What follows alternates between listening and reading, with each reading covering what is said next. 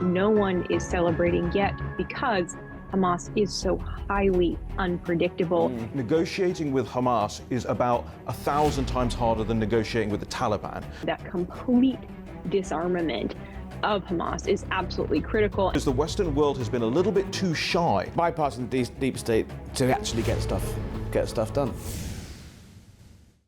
Now, indirect talks between Israel and Hamas have been taking place today in Sharm el-Sheikh in Egypt under that Donald Trump drafted 20-point peace plan. Now, Hamas have accepted some of the terms, but not all. The president is demanding negotiators move fast, warning that failure will mean massive amounts of more bloodshed.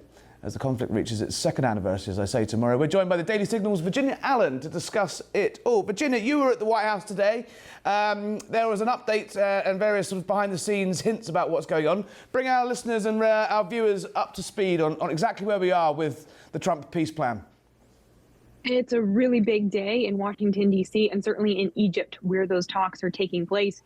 You have negotiators from the United States, from Qatar, Turkey, and Egypt all gathered to negotiate the details of this peace plan between Hamas and Israel. And really, this is one of those things where I think everyone fears that the devil is indeed in the details. Details is the word that Hamas used when they accepted this proposed peace plan and said, yes, we will agree to release all the hostages, but we need to discuss details. Well, of course, there are hopes and there's a lot of optimism that indeed we will see those nearly 50 hostages, 20 of whom are believed to still be alive, released as soon as this week, of course, with tomorrow being the 2-year anniversary of the horrific October 7th terrorist attack on Israel that left 1,200 people dead. What a powerful, powerful image to see those remaining hostages come home this week as we remember those who lost their lives and were taken hostage. And yet, I do think there remains a lot of hesitation. Both we're seeing that from the administration, from policy experts, from those who have dedicated their lives to covering foreign policy. Everyone is cautiously optimistic. No one is celebrating yet because Hamas is so highly unpredictable. And Hamas, at the end of the day, is only concerned about Hamas. On the 20-point plan, obviously there was that statement released by Hamas late last week, which said they would release the hostages when the Israeli Defense Forces moved to a certain point, as the top of that deal suggests. Now, Donald Trump came out over the weekend, said this was great news. They've signed up. Hamas has signed up. There's reports this morning that he had quite an intemperate phone call with Netanyahu over the weekend, where he suggested that the Israeli PM was, I won't say the full phrase, but was something negative. But the truth is that Hamas are picking and choosing from those 20 points. At no point have they confirmed the most important part after releasing the hostages is a Gaza free of Hamas. Mm-hmm. Is that still the aim of the administration here, to seek that, or is this going to end up being an eternal fudge? It certainly, I think, remains a key priority for the administration because there's a recognition that if Hamas is allowed to maintain power, it would just be a matter of time before they were back at a level and a strength and a capability able to carry out another October 7th. I mean, you think about the situation in Gaza and you think about the devastation that is real there of just a war-torn community, a community without a lot of opportunities for young people. Those are the perfect environments for terrorism to grow, for Hamas to go out, those that remain, recruit new fighters, and over time rebuild strength. So that's why that complete disarmament of Hamas is absolutely critical. And I think more than the U.S., we've seen, this is something that Netanyahu and Israel as a whole, the Israeli government, is not willing to bend on. They recognize the fact that it is completely unacceptable to their national security for any part of Hamas to remain intact. And, it's been that big question mark this whole time over the past 2 years of, is it possible to achieve both, to ensure that Hamas is completely destroyed and get the hostages home, especially those who are alive, get them home while they are still alive. And I think in many ways that still remains a huge question mark today. We have a little more hope, but certainly Israel, even more than the U.S., is very really set on ensuring that Hamas maintains no power, no authority. And this plan, I will say, it's quite generous to Hamas to allow them to even leave if they want to, if they're willing to lay down their arms. They don't have to stay in Gaza. And 2,000 prisoners released for 48 hostages. And, Hamas leadership, or what's left of the Hamas leadership, they've been wiped out 3 times already, essentially able to skip into the Qatari sunset and escape justice for their crimes. Massively unpalatable deal for the Israeli side to swallow. Look, there's a lot of hope and thumbs up and noise out of the White House at the moment. They're optimistic about this. What are they saying privately, finally? But while we've got you, Virginia, I mean, on how long this is actually going to take? Days, weeks, months? Is it even going to be complete in time for that crucial December discussions about this year's Nobel Peace Prize?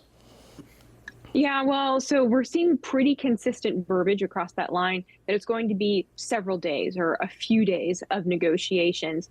I think the big question mark is, has there been kind of a mental red line that the president himself maybe has drawn to say, all right, I'm willing to let negotiations go for 4 or 5 days, and then I'm not going to put up with Hamas's details, essentially, and we're going to take some serious action. And I do think that it will take that pressure for Hamas to realize, okay, we can't play games, because the only language that they speak truly is a language of action.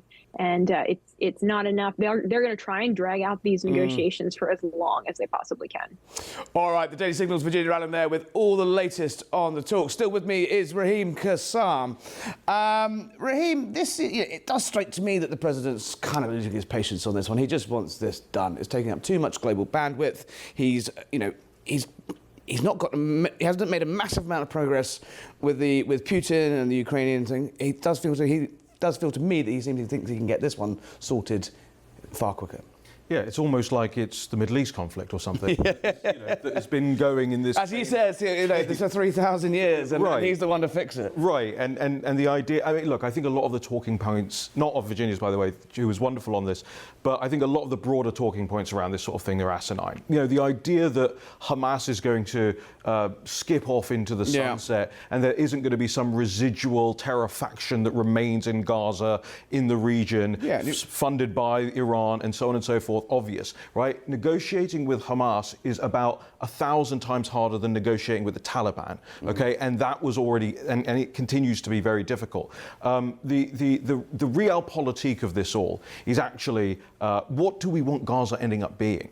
Because I think you can end up with between 13 and 18 of these points being achieved that the president has set out to achieve, but on the critical parts, you're not going to get agreement, and therefore there will still be friction. I think you have to have a more forward-looking plan, a futuristic plan about what that region needs to look like, and sell that to the local people. There is a reason they haven't voluntarily toppled Hamas, because the Western world has been a little bit too shy about telling them, hey, look at all the prosperity that might befall you if you get rid of this terror faction from your governance. This is the sort of Jared Kushner, Tony Blair, Riviera, rebuild. This could be it could be the next UAE, it could be the next Dubai. How possible is it when the Palestinian people, the Gazan people, are living under a terrorist organisation? They are living. There's video footage of them literally being shot in the street for criticising them. It's a sort of catch-22 situation. So they can't rise up because they're essentially impossible to do. So how do you reach the Gazan people? By bypassing Hamas?